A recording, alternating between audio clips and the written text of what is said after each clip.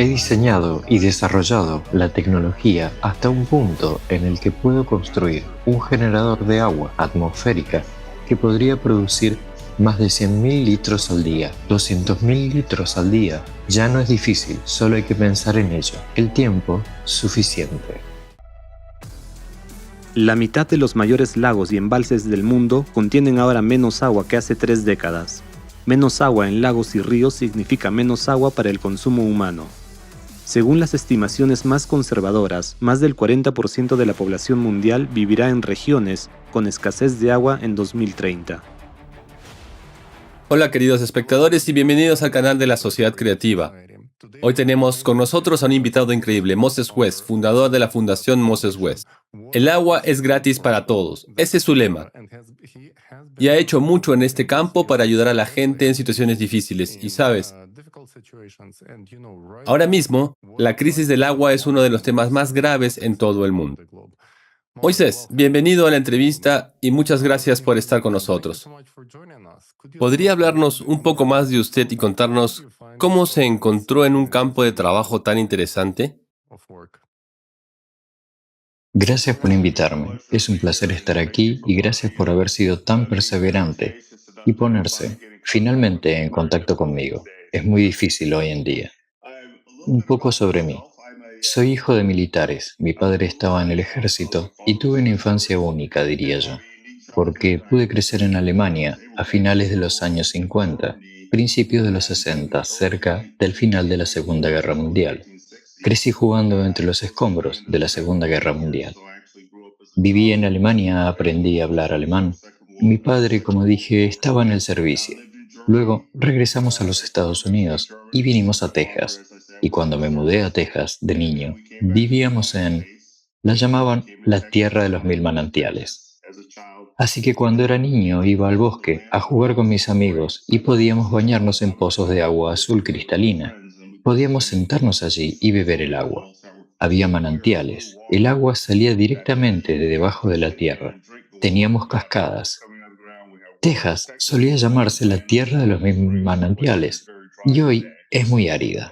En aquella época todo el mundo era muy consciente de la importancia del agua, por lo que el acuífero Edwards se incluyó en los programas escolares.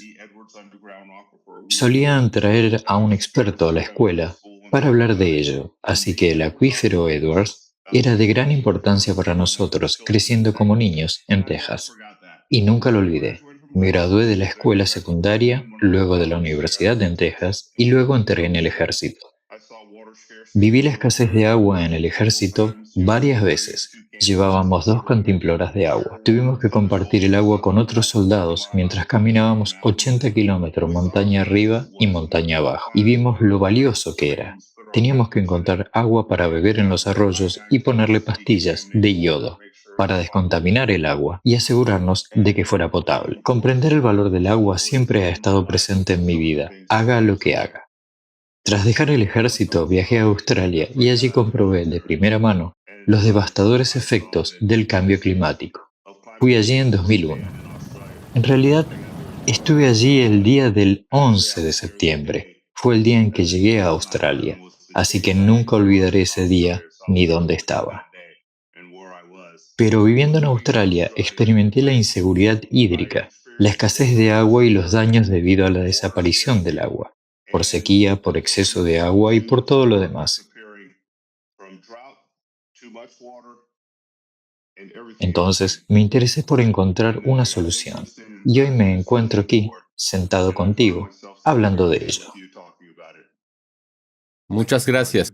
Es una historia de vida muy interesante y ha hecho mucho. Básicamente, muchas personas que vienen de un trasfondo militar han visto un poco más y han viajado por todo el mundo como usted. Hemos entrevistado a personas de distintos países del mundo y como usted ha dicho, algunos lugares tienen demasiada agua, otros no tienen suficiente y a veces ambas cosas. Cuando hay una inundación es un desastre y la gente tampoco tiene agua potable. Así que nos inspiró mucho la idea de su organización sin ánimo de lucro y el hecho de que estén haciendo tanto por superar la crisis del agua. ¿Cuál es el principal objetivo que se ha fijado para usted y su organización? Además de la Moses West Foundation, tengo una empresa con ánimo de lucro en la que construyo equipos para el ejército de Estados Unidos. La semana pasada estuve trabajando con ellos en algunas máquinas grandes, como las que llevé a Flint y Puerto Rico, y así mucha gente ve mi trabajo fundacional. Aunque parezca mentira, cuando los militares me devuelven equipos que ya no necesitan, los reacondiciono y los regalo a comunidades que necesitan agua. Y estas suelen ser las máquinas más grandes que produzco. La fundación y el propósito básico de lo que quiero hacer es el siguiente. Cuando queramos reubicarnos en cualquier parte del mundo, donde quiera que vayamos, todos juntos, colectivamente, digamos, aquí estamos, un grupo de personas y necesitamos expandirnos y establecernos en este lugar. Así que vamos a tomar nuestras familias y vamos a ir a través del continente y vamos a vivir aquí. Y cuando la gente se trasladaba, cuando encontraban un lugar donde querían vivir, y esto ha ocurrido a lo largo de la historia, lo primero que tenían que hacer era encontrar agua. Y hoy tenemos un planeta y hay varias cosas sucediendo, hay varios puntos llegando a un lugar de congruencia hoy. Uno, tenemos una población masiva que necesita trasladarse a algún lugar donde haya agua. Dos, no tenemos mucha agua. Y tres, el planeta está muy poblado y no hay muchos sitios donde ir. El objetivo es mostrar y demostrar al público y al mundo que no nos hemos quedado sin agua. La forma en que lo veo en mi mente y la forma en que la comunidad científica lo ve también es que el planeta se está calentando. Esto no lo podemos negar, ¿verdad? A medida que el planeta se calienta, ¿qué ocurre? El agua se calienta, el agua empieza a evaporarse. Vamos a tener en los próximos 10 años un 23% más de agua en la atmósfera que hoy. Y eso va a continuar a lo largo de la historia de este planeta, mientras siga calentándose. Vemos que la humedad de la atmósfera se precipita y provoca fuertes tormentas e inundaciones. Las inundaciones se producen no solo por el deshielo, sino también por el crecimiento exponencial de las nubes al haber tanta humedad en el aire. Y así, con esta tecnología que le permite a la gente hacer, hay mucha tierra alrededor del planeta. Hay hermosas tierras por todas partes en este globo en el que vivimos. Con esta tecnología puedes vivir en cualquiera de ellos y no solo estoy creando pequeñas instalaciones.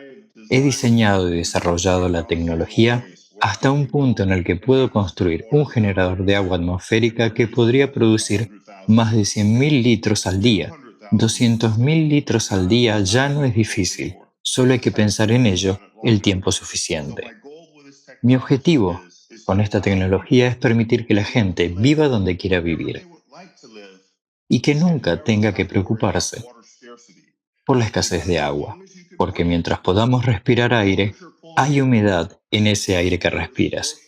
Y estamos utilizando los avances científicos en la tecnología, en la creación de nuevos materiales, nuevos métodos de obtener empuje en los ventiladores y turbinas que aumentan en gran medida la eficiencia de la generación de agua.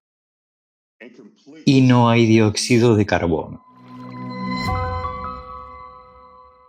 Wow, es asombroso. Y como usted ha dicho, el planeta se está calentando. Sabemos que la humanidad sigue produciendo emisiones que lo único que hacen es seguir calentándolo.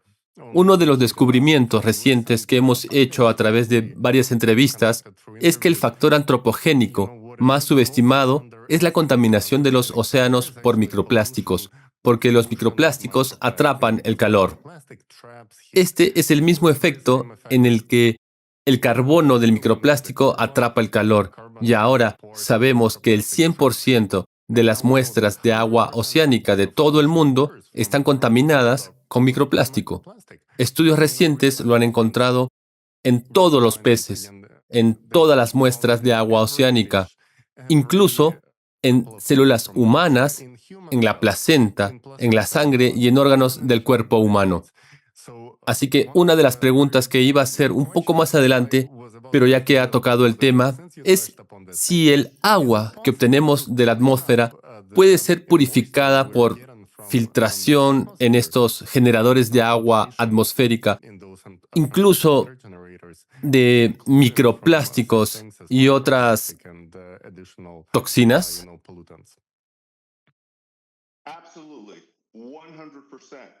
Absolutamente, 100%. El principio de funcionamiento del aparato es el siguiente. Primero se filtra el aire que entra en él. El agua se condensa a partir de la humedad del aire. Así, lo único que extrae el aparato es la molécula de H2O, que es más pequeña que una partícula de microplástico. Además, si tomas aire de un ambiente limpio, cuando recibes agua, incluso antes de que empiece a fluir, pasa por un sistema de purificación, en la primera etapa, incluso antes de que llegue a la primera bomba de aspiración. Esta bomba no empuja, sino que aspira el agua. El agua pasa por un filtro micrónico que elimina las partículas pesadas. Luego va, antes de que el agua vaya al tanque en mis plantas grandes, y en plantas grandes, este proceso se verá igual incluso en una planta grande donde produzco 100.000 litros de agua al día. Pasa por varias etapas de filtración de micrón otra vez. No hay nada que vaya a permanecer en esa agua. La filtración lo purifica todo y luego, antes de que llegue al consumidor o a las personas que utilizan el agua, pasa por otra gran sección de filtración de carbono con plata añadida, por lo que el proceso no solo inhibe el crecimiento de bacterias, sino que elimina cualquier otra cosa que haya en el agua. Es un proceso asombroso. Así que lo que se obtiene al final es el agua más pura que puedas conseguir. Y luego puedes configurar las propiedades del agua como quieras. Añade los minerales que quieras al agua. Puedes convertirla en soda si quieres. Quiero decir, tiene vitaminas, minerales, todo. Es solo agua pura, sin microplásticos. Es increíble. Es increíble. Podemos limpiar zonas enteras. Me gustaría señalar algo, si no le importa. Hay tanto plástico en nosotros, cada persona ingiere tanto plástico cada año que se podría hacer una bolsa de plástico con él. Y en algunos países, incluso más. Nos afecta a nuestra salud. El plástico altera el sistema endocrino, afecta el nacimiento de los niños, afecta al peso al nacer, afecta mentalmente a las personas. Es muy perjudicial para la salud. Así que tenemos que empezar, porque no solo están en los alimentos, tenemos que empezar a aislar los lugares donde vamos a purificar el agua con mucho cuidado. Y todo esto es posible. Cultivar los alimentos con agua absolutamente pura. Y Dinamarca lo hace muy bien. Crecimiento vertical de alimentos con aire filtrado en el interior de los edificios. Porque esto es lo que le hemos hecho a nuestro planeta. Por eso, cuando compré alimentos en la tienda, pude tomar un pomelo, un aguacate, una berenjena, una zanahoria o un tomate y saber que no hay microplásticos en la superficie ni en el interior de la pulpa de las frutas y verduras.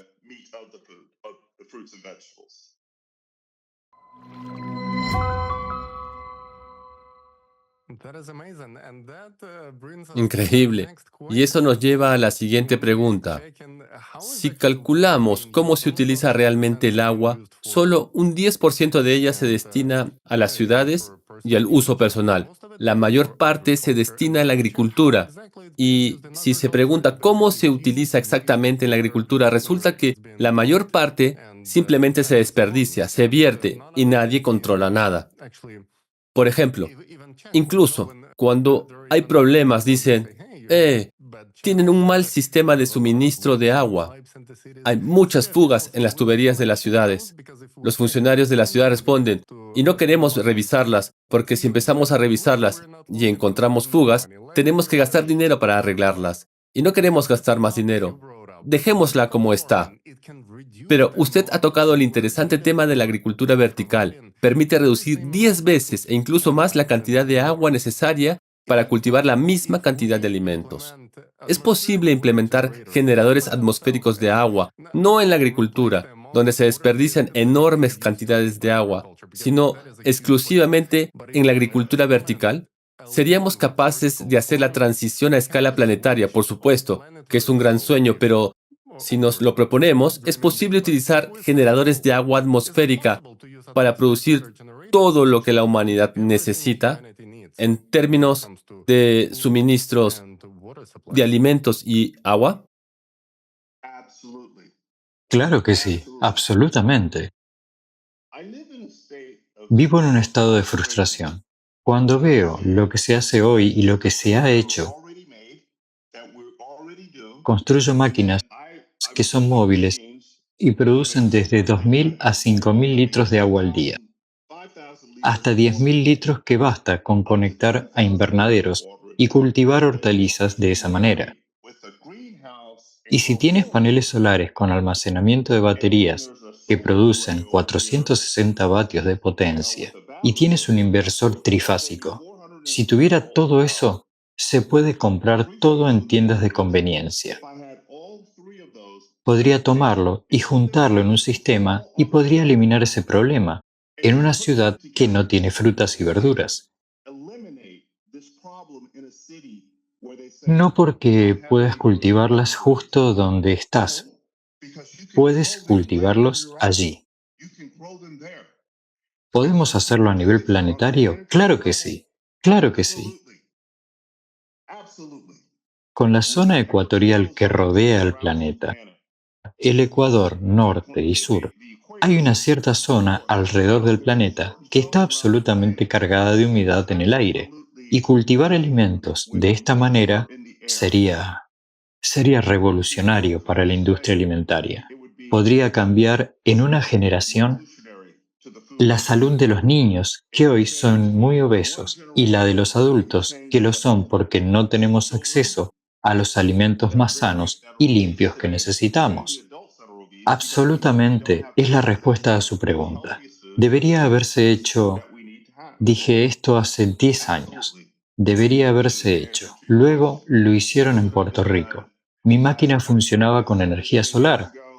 Los agricultores no podían cultivar alimentos, así que les daba 200 o 300 galones de agua al día y empezaron a cultivar verduras de hoja para los restaurantes de la isla de Vieques, en Puerto Rico, porque no podían cultivarlas de otro modo. Mantuve 2 restaurantes en funcionamiento y proporcioné agua potable a 15.000 personas con energía solar en Puerto Rico, haciendo esto a pequeña escala.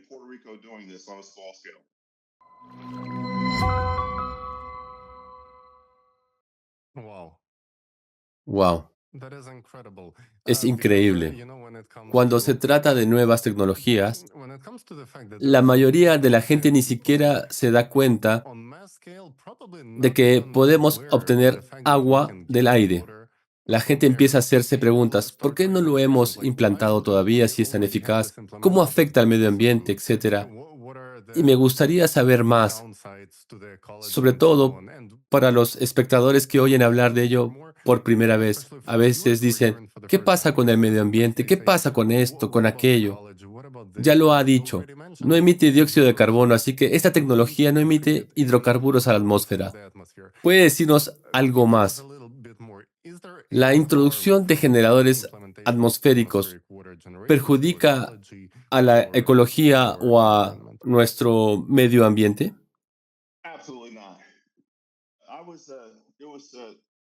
No, en absoluto.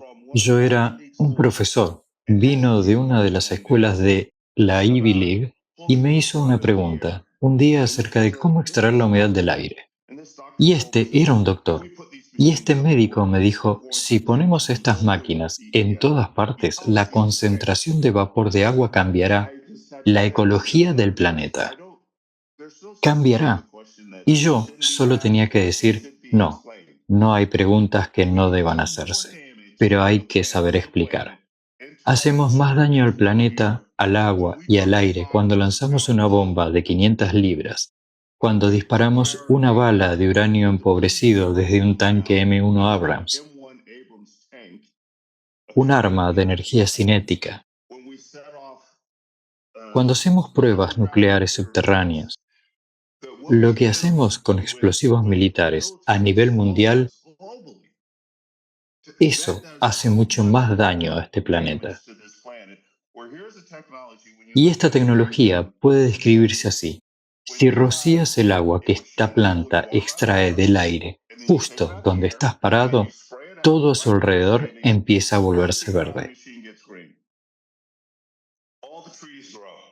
Los árboles crecen. Si bebemos agua, esta permanece en nosotros solo unas horas y luego sale de nosotros. Si regamos una planta con ella, la planta la utiliza. Nos comemos la planta, el agua vuelve al sistema. Es más o menos así. El agua pasa por sí sola por delante de nosotros. La tomamos, cultivamos algo, nos alimentamos y el agua continúa su movimiento. Utilizamos el agua solo temporalmente. No tomamos al agua, como en la fracturación hidráulica, por ejemplo, y la hundimos en el suelo para no volver a verla nunca más. No, usamos la humedad que hay en el aire ahora mismo y la troposfera está a 10 kilómetros de altura. Es absolutamente 100% imposible para mí, sentado aquí en Illinois, junto a este lago gigante, el lago Michigan, cambiar la ecología del planeta. Si mi instalación está al lado del lago Michigan y si estás a menos de 2 kilómetros del lago, ni siquiera puedes ver mi instalación. Pero estás sentado en esta enorme masa de agua que se está evaporando. No puede hacerse ningún daño.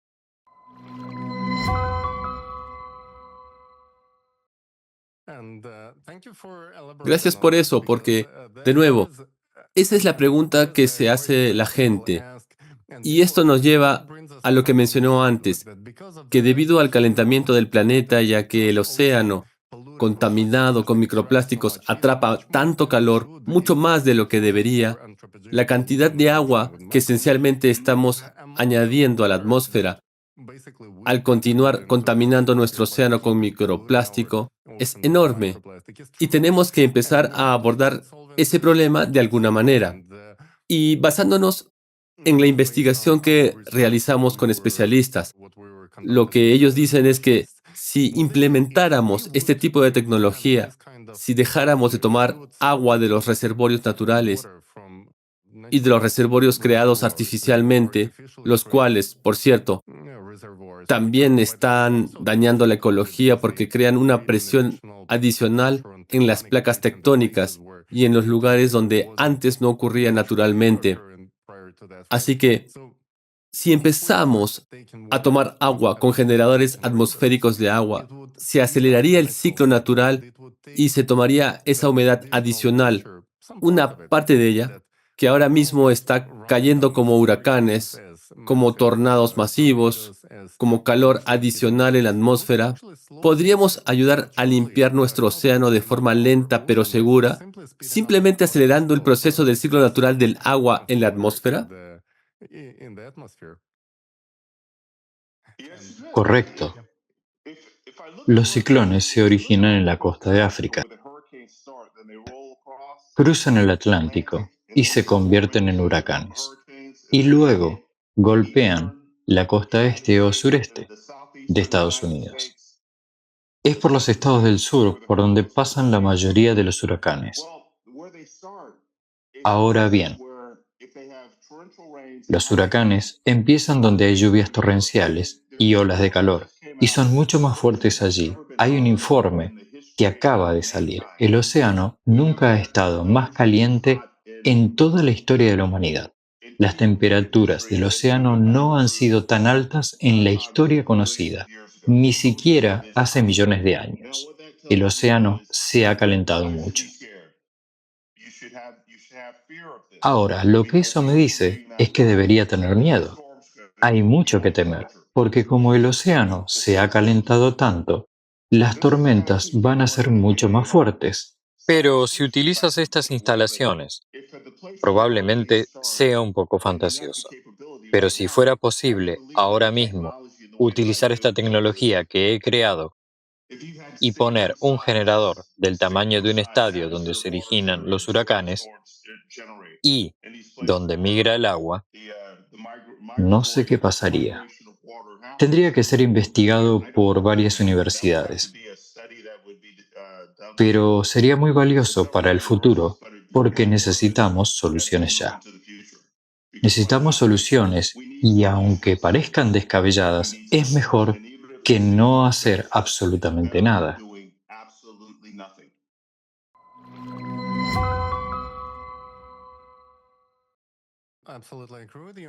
Estoy totalmente de acuerdo con usted y esto es algo que hay que empezar a hacer. De nuevo, nunca hemos visto las consecuencias de nuestra inacción en lo que respecta al microplástico. No empezamos a contaminar sino hasta 1950, así que aún no han empezado las consecuencias.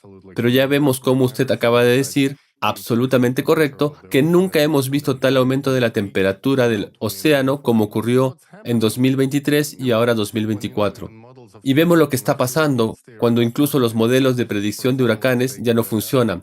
Por ejemplo, tomemos el huracán Otis que golpeó Acapulco en 2023 y básicamente destruyó la ciudad.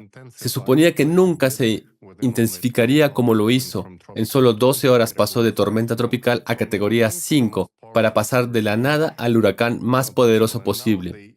Y ahora se habla de introducir una nueva categoría, la categoría 6, porque la categoría 5 ya no es adecuada para los huracanes que se esperan ahora.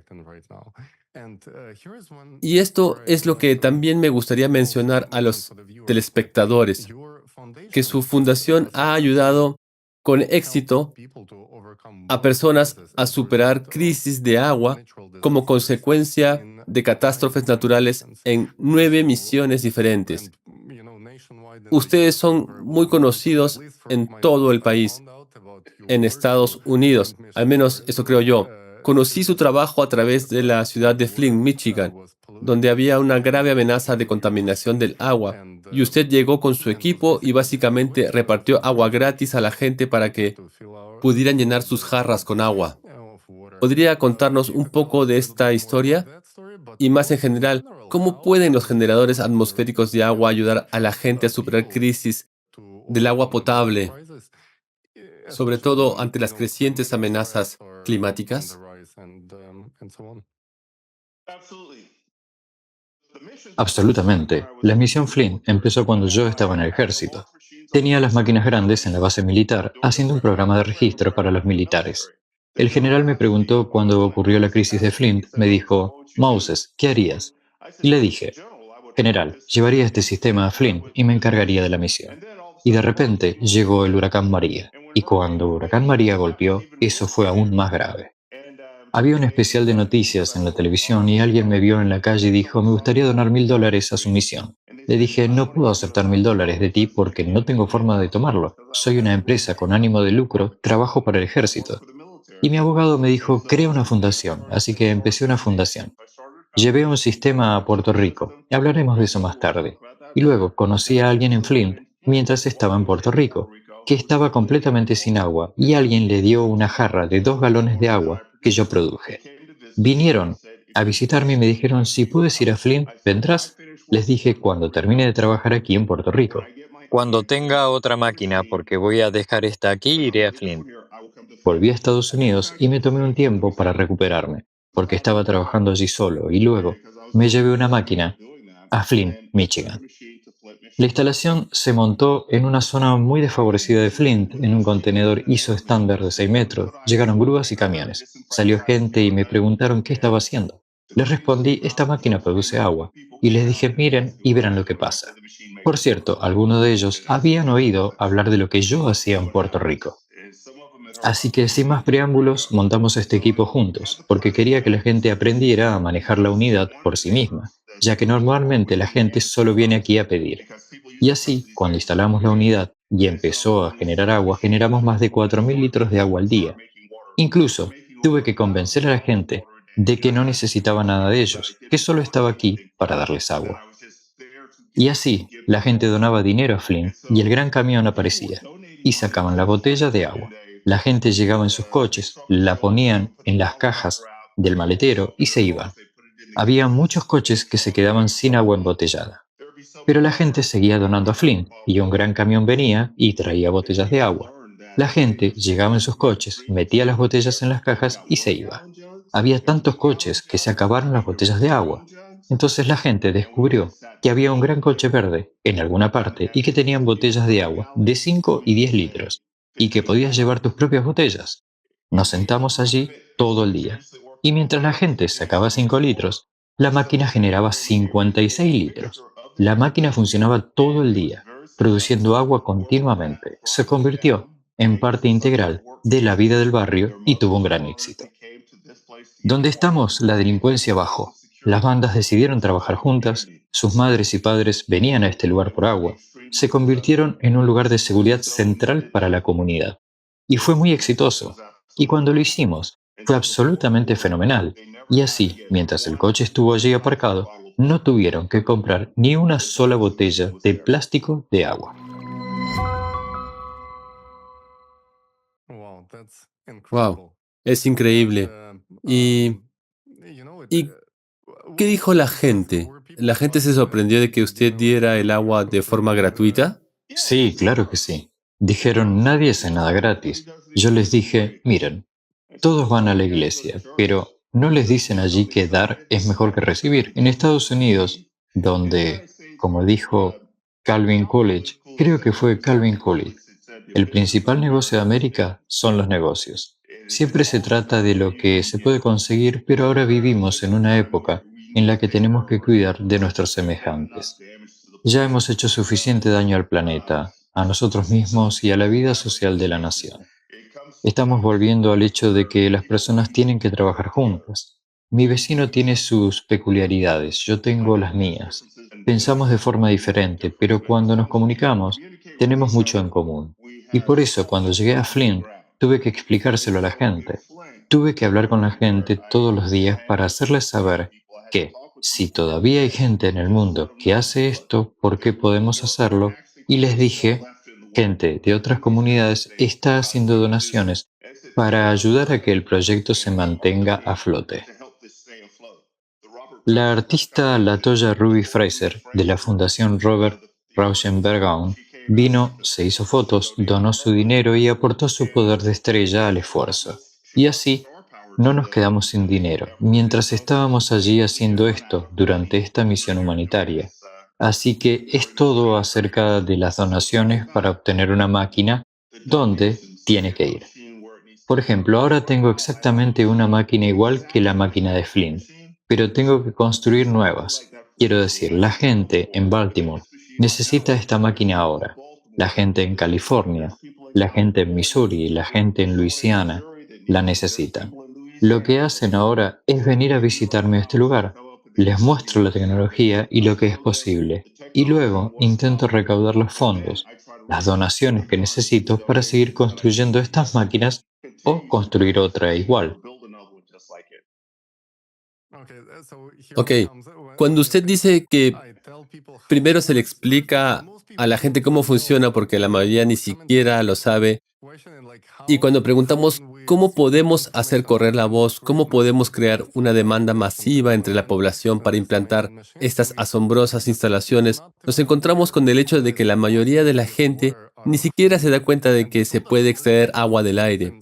Ya nos ha hablado un poco del lado asombroso de este proceso, de cómo su máquina puede purificar el agua, pero ¿podría explicarnos un poco más cómo funciona, según qué principios? ¿Qué ocurre exactamente cuando se enciende la instalación? ¿Cómo funciona desde el punto de vista técnico?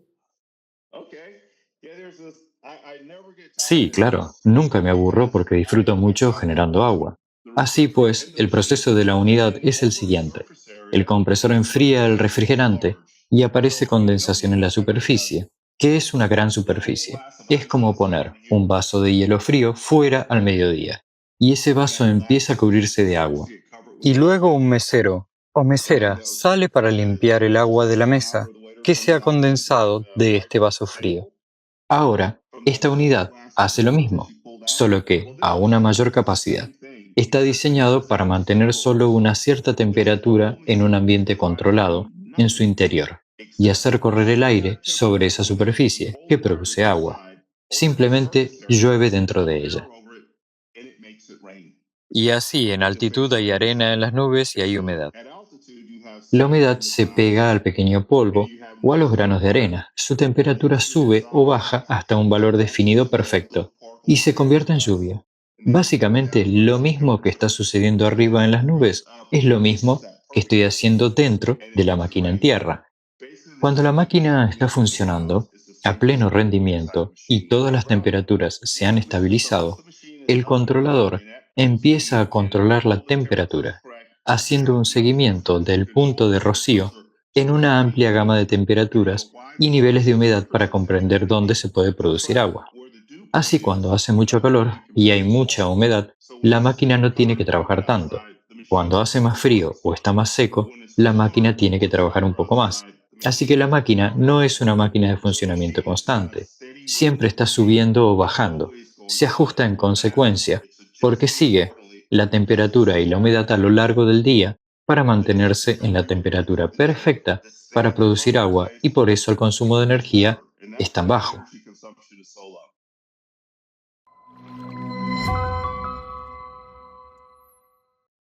Vaya, justo cuando se trata del consumo de energía, esa es una de las preguntas que suele hacerse la gente. Si es una tecnología impresionante, pero ¿qué pasa con el consumo de energía? ¿Cuánta energía consume en comparación con otros dispositivos? ¿Puede explicar la eficacia de esta máquina en comparación, por ejemplo, con los métodos tradicionales de extracción de agua? Por ejemplo, ahora se están construyendo plantas desalinizadoras que son muy perjudiciales para el océano y provocan una enorme contaminación cerca de las costas oceánicas. Tenemos canales que van desde el norte de California, desde Nevada, solo para llevar agua a Los Ángeles y al sur de California. Tenemos que luchar contra las fugas en el camino, tenemos que luchar contra las fugas en las tuberías, tenemos que construir enormes infraestructuras. Además, tenemos que alimentar las turbinas para bombear el agua. Hay tantos factores que probablemente ni siquiera tenemos en cuenta, pero si tenemos en cuenta todo eso, mantenimiento, limpieza de canales y demás, ¿cuánto más eficiente pueden ser los generadores de agua atmosférica? ¿Y qué necesitamos realmente como humanidad o incluso como un solo país para empezar a implementarlos a escala masiva? En cuanto a los generadores atmosféricos de agua, tienes toda la razón. Llevar el agua a casa es caro. Cuando me dieron los datos para evaluar la tecnología, me dijeron que el agua subterránea cuesta 0,12 kilowatts por litro. Después de probar nuestro dispositivo, resultó que necesitábamos 0,08 kilowatts para producir un litro de agua. Es decir, es más barato que extraer agua subterránea. Y cuando una persona se acerca a la máquina con una botella de 5 litros para llenarla y volver a casa con esa cruzando la calle, ha consumido más energía en ese corto paseo que la que utiliza la máquina para producir esos 5 litros de agua. Y sin embargo, lo hace en el lugar adecuado. No hay que traer agua de un lago a una zona residencial. Ya está ahí. Es producción de agua en el sitio. Hay una comunidad y se produce agua justo donde se necesita. No necesitas infraestructuras, ni tuberías, ni nada de eso. ¿Qué tan cerca estamos de lograrlo? Por cierto, el siguiente paso es añadir un cero después del punto decimal.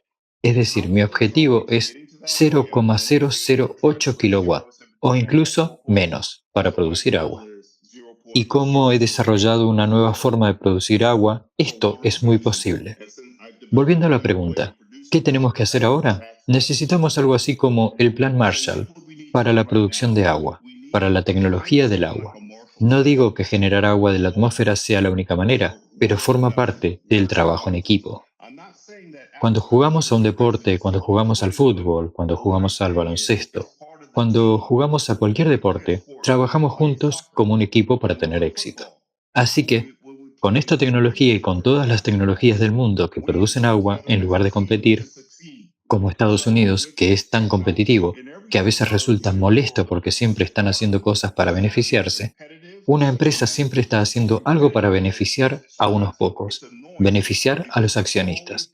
Ahora mismo los accionistas a los que tenemos que beneficiar son la gente de Estados Unidos, la gente de todo el mundo, la gente que vive en Oriente Medio, la gente que vive en Sudáfrica, América Central, América del Sur, Australia, toda la gente que vive en las islas del Pacífico. Lo que tenemos que hacer es un esfuerzo en equipo, no solo generadores atmosféricos de agua. El gasóleo tiene un lugar aquí, el diésel de aguas subterráneas tiene un lugar aquí, la captación de aguas pluviales tiene un lugar aquí. Incluso las empresas de agua embotellada tienen un lugar aquí, porque necesitamos llevar agua a la gente para que puedan sobrevivir. Y en lugar de trabajar por separado e intentar perjudicarnos unos a otros, tenemos que trabajar juntos, porque es un problema global. Y este es uno de los problemas que tenemos hoy en día, es que tendemos a trabajar más hacia el propio beneficio en lugar del beneficio humano. Y eso es algo en lo que yo me concentro. Me concentro en el beneficio humano y en los años que me queden de vida, eso es lo que haré.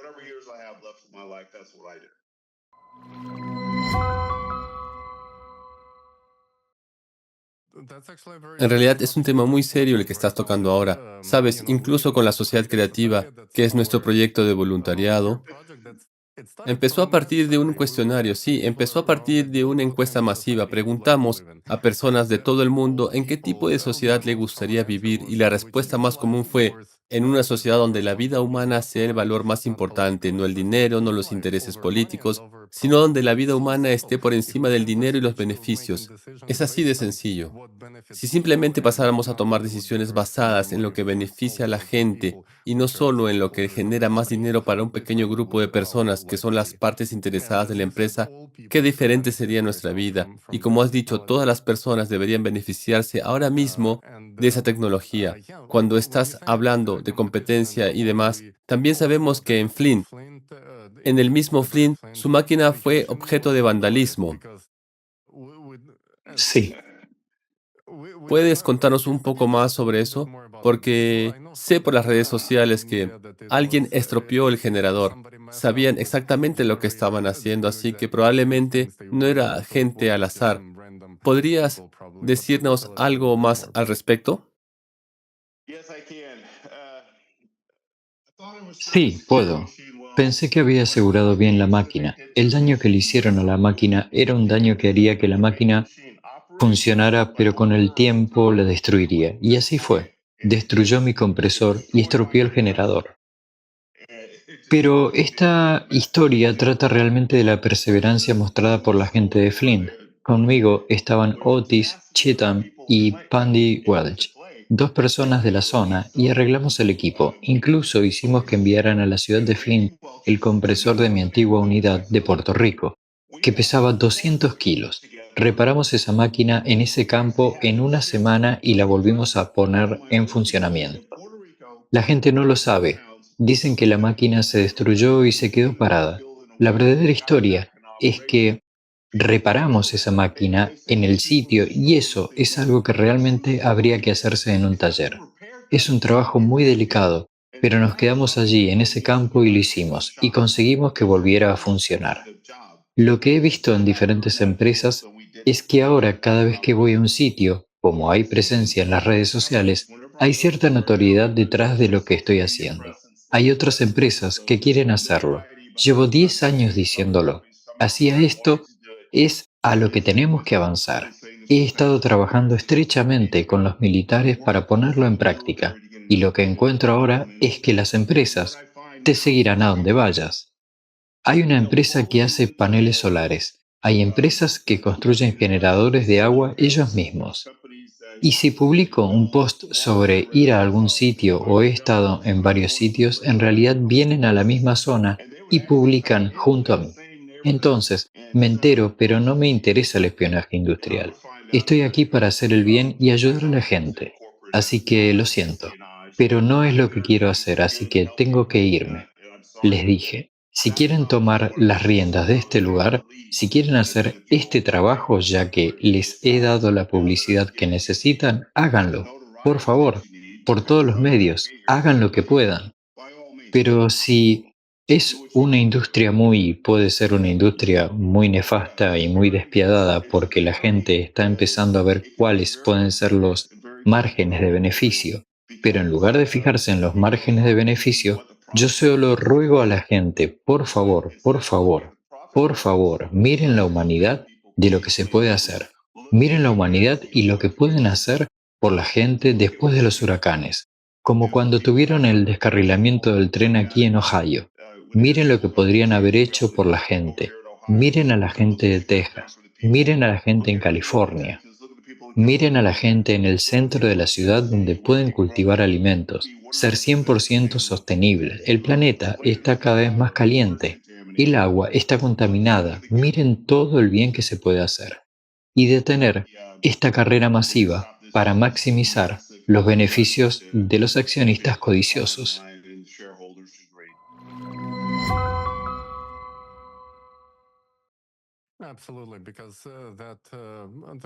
Absolutamente. Porque ese podría ser nuestro final como humanidad. Y al ritmo actual de progresión de cataclismos devastadores, podríamos llegar al punto en que incluso podríamos tener conflictos por el agua, que se ha predicho. Incluso ahora, por ejemplo, hemos hablado de algunos de los países. Si tomamos dos países africanos, Egipto no recibe suficiente agua porque hay una presa aguas arriba del Nilo en Etiopía, y los egipcios dicen que no quieren la presa allí. Están bien armados y solo necesitan 2 misiles para destruir esa presa. Así que esto podría ser una gran catástrofe. Cuando hablamos de los habitantes de España, la situación es similar. El gobierno está empezando a construir canales desde el norte de España hasta el sur, donde hay sequía. Los granjeros venían con sus tractores y cerraban los arroyos, los canales, haciendo una presa allí con tierra, usando tractores para bloquear el arroyo de agua, porque dicen, nuestras granjas son lo primero, queremos que el agua se quede. No tenemos suficiente. Así que podemos tener conflictos por el agua, sin motivo alguno. Esto es lo más absurdo del mundo. Tenemos la tecnología, tenemos todo lo que necesitamos para producir agua y resolver la cuestión del agua para que este problema dejara de existir en absoluto en nuestro planeta. Y sin embargo, esto no está ocurriendo. Vemos estos conflictos y este absurdo. Entonces, ¿qué cree que es necesario para superar este problema y empezar a dar prioridad a la vida humana, como se ha dicho? Lo que necesitamos es lo que estoy intentando hacer hoy. Necesitamos un lugar donde todas estas tecnologías estén instaladas y desplegadas, donde la gente pueda verlas, tocarlas, sentirlas y ver cómo funcionan. Hay que hacerlo. Puedo escribir tantos artículos científicos como quiera. Puedo demostrar la tecnología en diferentes lugares, pero es necesario crear un único centro de sostenibilidad en el que se utilicen el agua atmosférica, la energía solar y todo tipo de tecnologías verdes para producir alimentos, agua y energía, de modo que la gente pueda verlo todo en un mismo lugar. Volviendo atrás por un segundo al problema del agua que estamos enfrentando, en los próximos 5 años las cabeceras de los ríos, muchos ríos de Asia, nacen en el Himalaya, a partir de glaciares. Pero como sabes, los glaciares están retrocediendo en toda Europa. Hay ríos que se han secado porque los glaciares han desaparecido. El lugar donde aprendí a esquiar se llamaba Zugspitze en Alemania. Aprendí a esquiar en junio, julio y agosto, porque había un glaciar en las montañas, y allí es donde íbamos. Ese glaciar ya no existe, pero alimentaba un río que bajaba por los Alpes hasta una pequeña ciudad. Los países están embalsando las cabeceras de estos ríos principales, el Yangtze, el Yalu, el Mekong, el Hong. Todos estos ríos, las cabeceras que salen del Himalaya, están siendo represados. Europa lo está haciendo ahora mismo. En los Alpes, donde hay glaciares derritiéndose, son muy inteligentes. La gente necesita algunos recursos, pero mira, construyeron presas que retenían el agua de los glaciares. Ahora tienen agua para beber y producir energía hidroeléctrica. Esto es algo nuevo. Pero la gente, río abajo, no sé si saben esto, que sus ríos están siendo represados desde donde se crean, así que, como sociedad, tenemos que poner en marcha estas tecnologías ahora, porque este año va a ser más caliente que cualquier otro que hayamos vivido. He hablado con algunas personas en Arizona que están construyendo habitaciones seguras en sus casas con 30 centímetros de aislamiento alrededor, acondicionadores de aire especiales para que puedan entrar allí, porque en Arizona se espera llegar a más de 55 grados en Arizona, así que están construyendo habitaciones seguras en sus casas porque saben que sus aires acondicionados no serán capaces de mantener toda la casa fresca. Así que lo que tenemos que hacer para avanzar en esta tecnología es, yo hablo mucho de ello y hablo sobre la tecnología. Yo doy conferencias sobre ello, pero aquí donde vivo en Chicago necesito encontrar un lugar y lo estamos consiguiendo ahora probablemente este verano.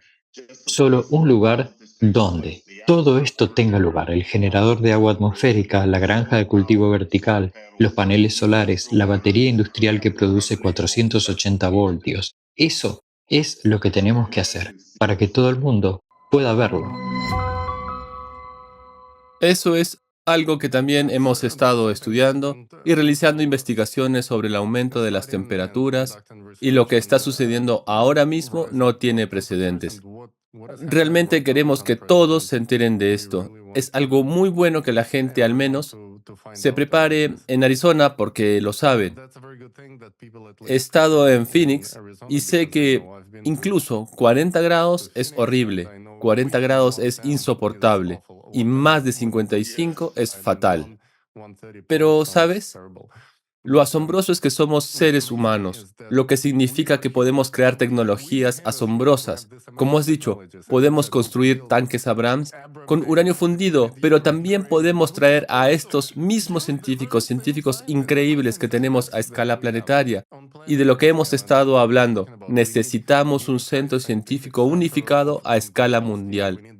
Necesitamos que los mejores científicos de Rusia, Irán, Corea del Norte y Estados Unidos trabajen en la misma meta, no que se destruyan a unos a otros. Podemos hacerlo muy fácilmente. Pero el clima ya está haciendo un mejor trabajo de destrucción que nosotros. Si observas la ciudad de Acapulco, parece una zona de guerra, casi como una ciudad que ha sido bombardeada o algo aún más destructivo que un arma nuclear o de cualquier otro tipo. No estamos utilizando nuestra tecnología para salvar vidas. Ese es el problema. Con un potencial tan enorme, todas las tecnologías ya están ahí, pero no las utilizamos porque no hay una demanda por parte de la población, porque la gente ni siquiera las conoce. Y justo en su página web hemos encontrado una frase asombrosa, me gustaría leerla. Dice así: nosotros, con la combinación adecuada de tecnología y humanidad, podemos afrontar los retos más acuciantes del mundo. Con la combinación adecuada de tecnología y humanidad, ¿podría explicarnos un poco más qué significa exactamente para usted? Sí, claro. La tecnología es un medio para que la humanidad avance. Creamos vacunas que salvan la vida de los niños. Desarrollamos cirugías que salvan la vida de las personas. De hecho, me gusta lo que Jonas Salk hizo con la vacuna contra la polio. Dijeron, bueno, debe haber sido multimillonario. No, lo regaló. Y así con la humanidad en la tecnología. De nuevo, todo el mundo dice, Dios mío, puedes ganar tanto dinero, pero entonces yo digo, pero puedo salvar tantas vidas. Así que tienes dos monedas. Tienes una moneda de hacer el bien, de humanidad. Hay gente que se pone en peligro cada día para proporcionar alimentos a una población, para llevar agua a la gente, para ir a ayudar a alguien en una zona de combate. Y por eso, en la posición en la que estoy, en mi mentalidad y mi forma de pensar, quiero usar mi destreza como ingeniero y mi tecnología para hacer progresar a la humanidad, para ayudar a salvar una vida. No quiero construir algo que sea destructivo. Construyo algo que salva vidas. Cuando los planos de mi máquina estuvieron listos y recibí visitas de unos contratistas de defensa, les expliqué cómo podía utilizarse esta máquina y con un fondo militar les digo, sé que todos quieren usar esta tecnología, pero todo lo que ven aquí delante, todos los esquemas, todos los diagramas, todos los enormes evaporadores, condensadores, compresores, es para salvar la vida de las personas. Y todos los que trabajan en mi taller saben que yo, como jefe, como responsable de este trabajo, lo hago para ayudar a la gente, no con ánimo de lucro, sino para ayudar a la gente.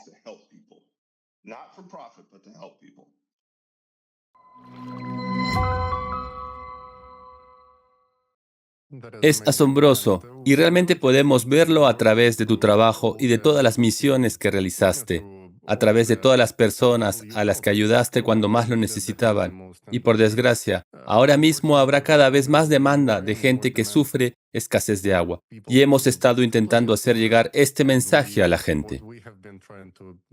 Básicamente como voluntarios de la sociedad creativa. Lo hacemos de forma voluntaria en nuestro tiempo libre. Contribuimos a este proyecto haciendo entrevistas como esta, recopilando videos documentales y difundiéndolos para que la gente sepa de cuánta tecnología disponemos. No solo en lo que se refiere al agua, sino también a la producción de alimentos, a la agricultura vertical, a la producción de energía. Tenemos generadores sin combustible e hicimos un cortometraje sobre ellos. Y el año pasado hubo una conferencia en Suiza a la que también asistieron nuestros voluntarios.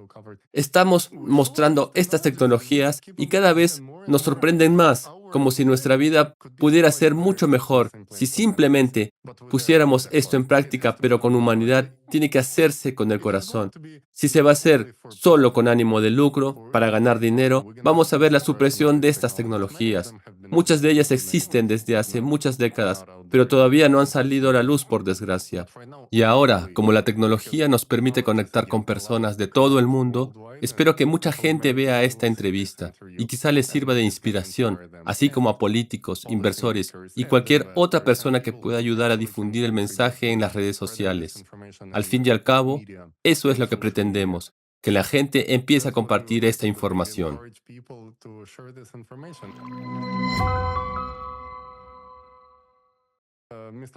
Señor West, muchas gracias por estar hoy con nosotros. Ha sido increíble. Una entrevista tan inspiradora. Tu postura de seguir haciendo tu trabajo a pesar de todos los obstáculos es impresionante. No fue fácil, pero de nuevo, como con Flint, cuando reparaste la máquina de nuevo y la pusiste en marcha solo en una semana. Estoy seguro de que tienes muchas historias de vida increíbles que demuestran que, con el deseo y la actitud adecuada, todos podemos lograr resultados asombrosos. Muchas gracias por estar hoy con nosotros. Gracias a ustedes, gracias por recibirme.